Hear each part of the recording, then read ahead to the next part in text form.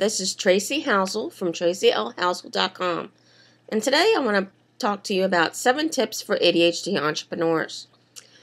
Now, I want you to think back to when you were in school. If you didn't do so well in school, I bet you got called stupid, I bet you got called lazy, that you never amount to anything. I'm here to tell you that's not true.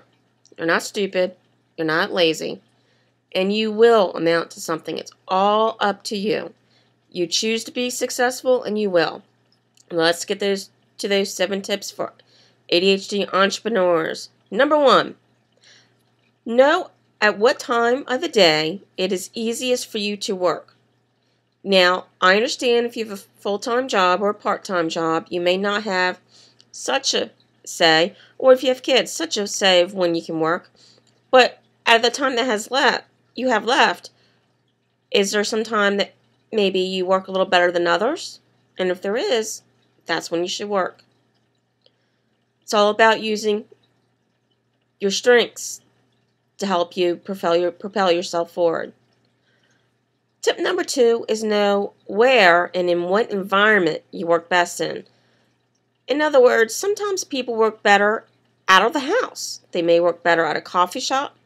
They may work better at the library, at a bookstore, or they may do better doing some parts of their business in their living room. Personally, I actually work best when I'm able to work out on my porch. Of course, I can't do that all year since I live in Delaware, but I really do get a lot of work done when it's nice and warm and I can work out on my porch. Also, know what the environment is. Do you need a nice, quiet environment where there's nothing able to distract you, or do you need some kind of background noise? And what kind of background noise is that? When my mother went to college, she was so used to listening to the traffic outside her window that she had to play the radio in order to study. Are you like that?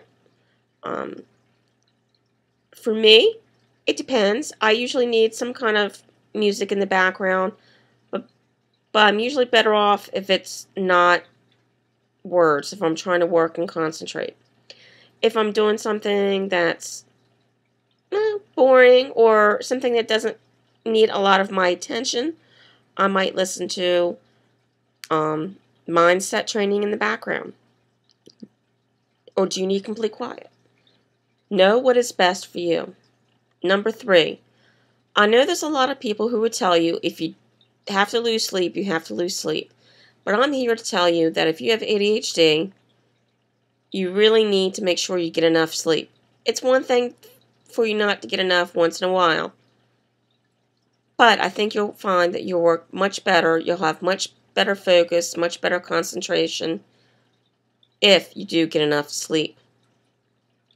Tip number 4, know what you're going to do when you sit down to do your work on your business. Do you have a daily list of things that you absolutely have to do?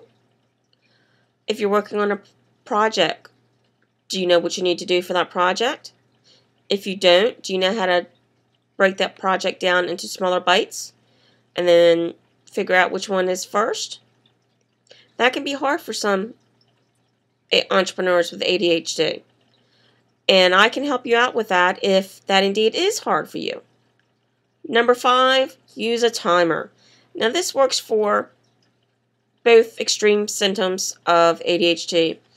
If you have a hard time focusing and you think something's going to take you a long time, set that timer for amount of time and then just force yourself to work until that timer is finished. You might find out that what you're doing doesn't take quite as much time. Or set a timer and figure out how long something takes you so you're able to plan it in your day better. Another use of the timer is if you are hyper-focusing. And this happens a lot when you're in the groove, you're doing something you really like to do, and it pumps you up and you just keep going on and on and on. But then you forget to go pick up the kids or take your dog to the vet or whatever you need to do. So use a timer or an alarm clock to stop yourself, to remind you that you have to go and do that other task. Number 6, reward yourself. If you have ADHD or any other learning issue, you really work well with rewards. Now, if you're just doing something like a daily to-do list, or doing something you really don't like, you don't want to have a huge reward like, oh, I'll go get a massage after I do my daily list. No.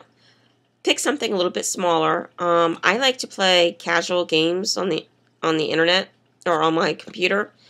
So I'll set my alarm for 15 minutes and do that, and that's kind of my little treat for myself when I'm finished working with something I don't want to do or I've put so much time in. If you're working on a big project, then you can reward yourself with a massage, a mani-pedi, or something like that. Save the big rewards for the bigger projects, or you've met a big goal. And number 7, use a calendar. It is so important that you know when you have appointments. You don't want to miss that webinar you've been looking for. You don't want to miss an appointment with a prospect or a team member. So use a calendar. I like Google Calendar, and then I get it to pop up and send me texts to remind me I've got an appointment coming up. So those are the 7 tips I have for you today for ADHD entrepreneurs. I hope you enjoyed it. And if you're interested in getting more tips from me, send a blank email to Tracy Housel, TracyHausel, @aweber.com. Have an awesome day. Thank you.